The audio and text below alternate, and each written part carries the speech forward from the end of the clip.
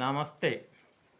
നമ്മുടെ നാട്ടിൽ പരമ്പരാഗത ചികിത്സാ സമ്പ്രദായം മന്ത്രവും മരുന്നും ആയിരുന്നു.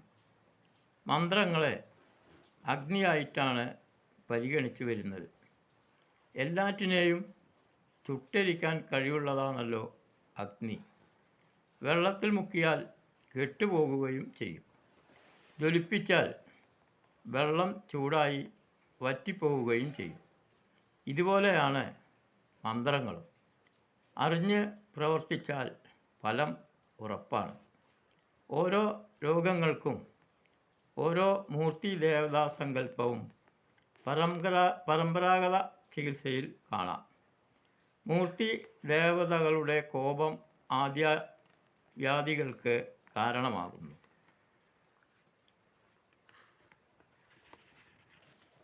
മൂർത്തി ദേവതകളെ പ്രീതിപ്പെടുത്തലാണ് രോഗശമനങ്ങൾക്ക് ആവശ്യമെന്ന് പൂർവിക ആത്മീയ ചികിത്സകർ പറഞ്ഞു വച്ചിരിക്കുന്നു.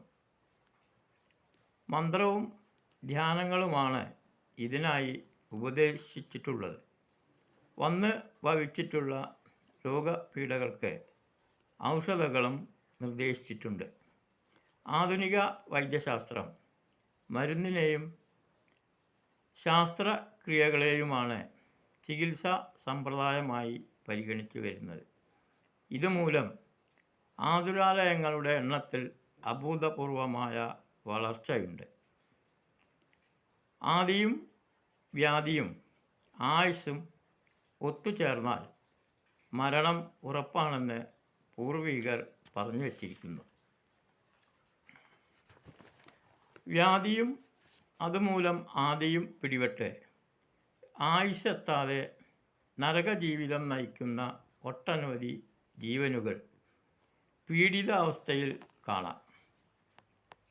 മൂർത്തി ദേവതാ കോപങ്ങൾക്കുള്ള പരിഹാരങ്ങളെ നിർദ്ദേശിക്കാനായി ഗ്രഹസ്ഥിതികൾ, രാശിചക്രങ്ങൾ, നക്ഷത്രങ്ങൾ എന്നിവയെ ശാസ്ത്രീയമായി മുൻകാല ആചാര്യന്മാർ ഉണ്ടാക്കി വച്ചിട്ടുണ്ട്.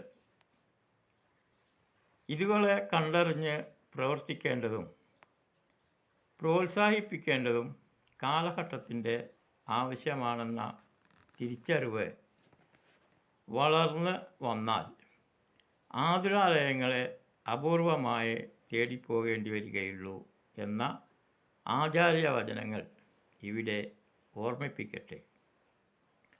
നമ്മുടെ പരമ്പരാഗതമായ സമ്പ്രദായങ്ങളെ പ്രോത്സാഹിപ്പിക്കുകയും ജീവിതത്തിലേക്ക് അവയെ തിരിച്ചു കൊണ്ടുവരാനും എല്ലാവരും പരിശ്രമിക്കേണ്ടതാണെന്ന് ഓർമ്മിപ്പിച്ചുകൊണ്ട് ഈ വാക്കുകൾ ഇവിടെ അവസാനിപ്പിക്കട്ടെ.